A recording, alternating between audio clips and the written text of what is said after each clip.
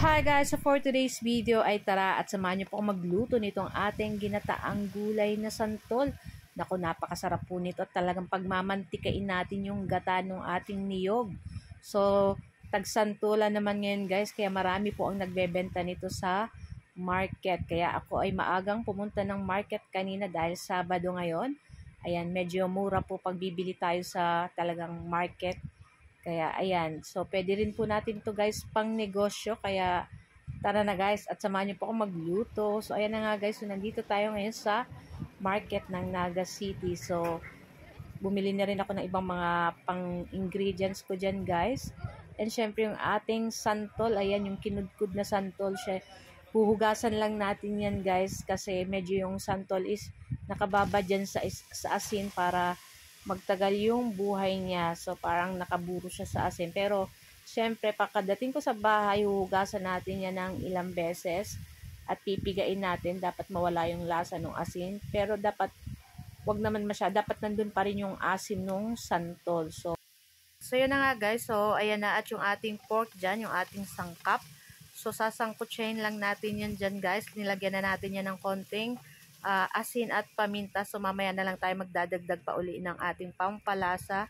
So lulutuin lang natin yung ating pork dyan ng ganito. So papa-brown natin at pag ganito na yung itsura niya, pwede na tayo maggisa ng ating luya. Ayan, luya yung ating inuuna dyan para mas mabango siya, o diba?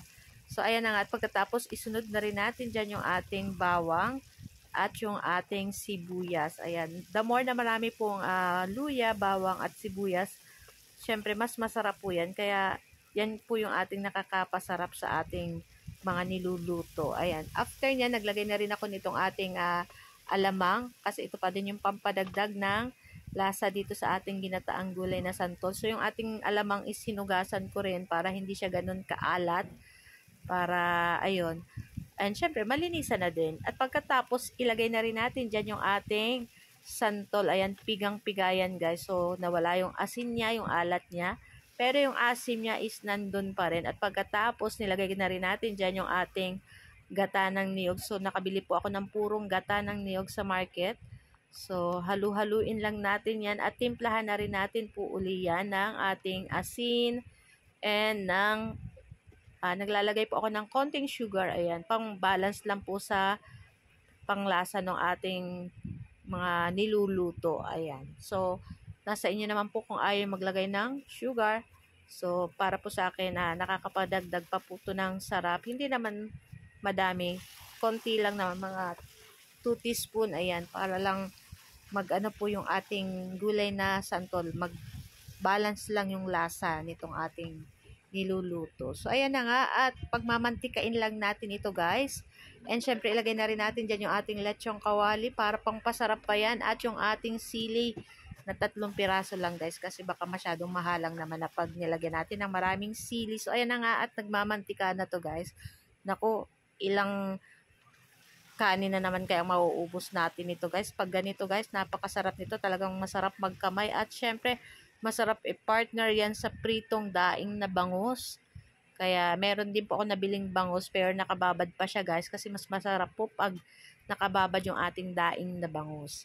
So na nga at luto na rin to. Niluto lang natin yan siguro almost 1 hour and 20 minutes kasi yung ating apoy dyan is mahinang-mahina lang.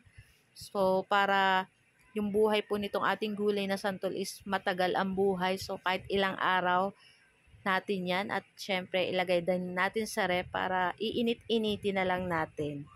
So yan na nga at luto na rin to guys. Pwede na natin itong patayin at ilagay na rin natin sa ating mga garapon. Ayan, pwede nyo guys itong pangbenta kung kayo na pong bahala sa mga kung ilan po yung nagastos nyo. So kayo na po ang bahala. So ayan na nga at syempre pang ulam po namin to at pang tinatago namin sa ref yung iba para pag may iinitin na lang kaming uulamin. So guys, thank you for watching.